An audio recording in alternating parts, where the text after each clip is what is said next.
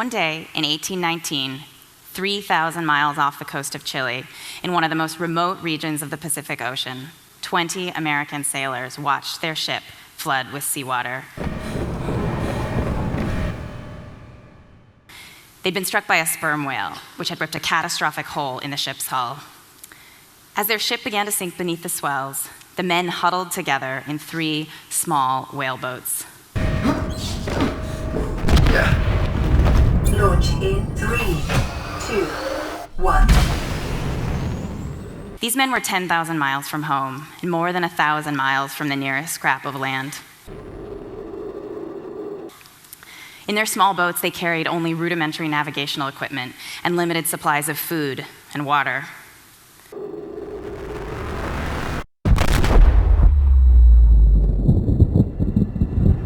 These were the men of the whale ship Essex, whose story would later inspire parts of Moby Dick.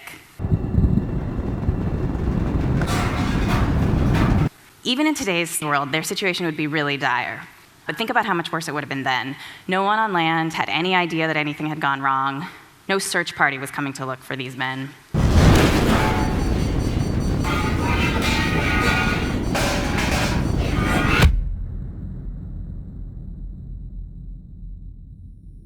So most of us have never experienced a situation as frightening as the one in which these sailors found themselves. But we all know what it's like to be afraid.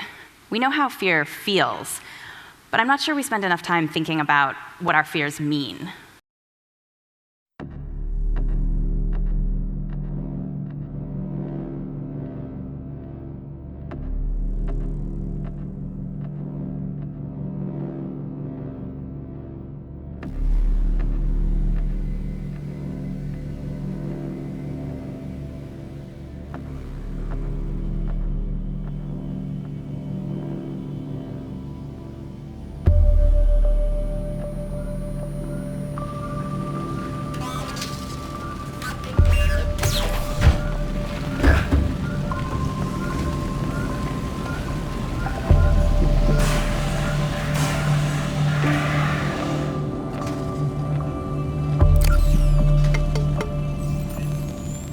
You have suffered minor head trauma.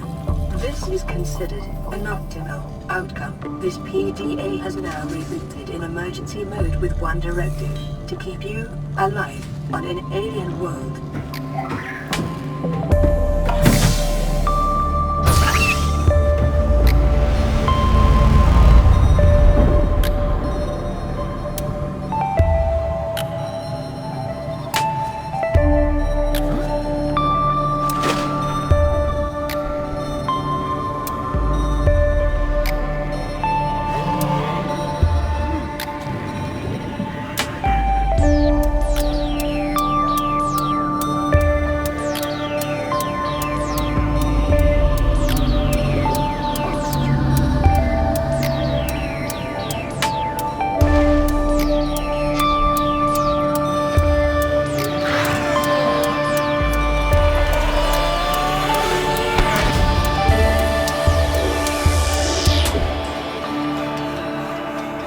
I have spent hours looking into the infinite, seemingly bottomless ocean underneath me, with nothing to keep me company but my own thoughts.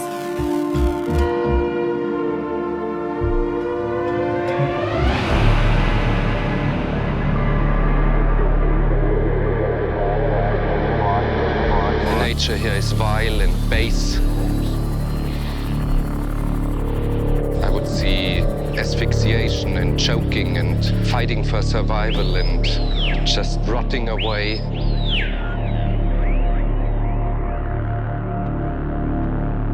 Of course, there's a lot of misery. The trees here are in misery and the birds are in misery. I don't think they sing, they just screech in pain. But it is the same misery that is all around us.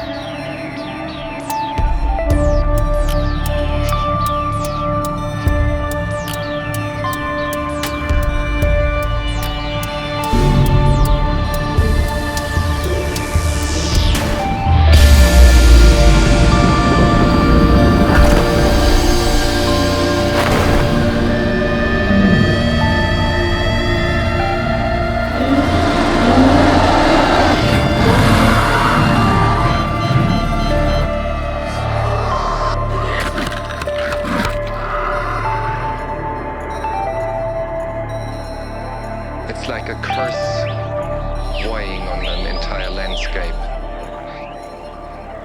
And whoever goes too deep into this has his share of that curse. It's a land that God has created in anger. Even the stars up here in the sky look like a mess. Taking a close look at what's around us, there is some sort of a harmony. The harmony of overwhelming and collective murder.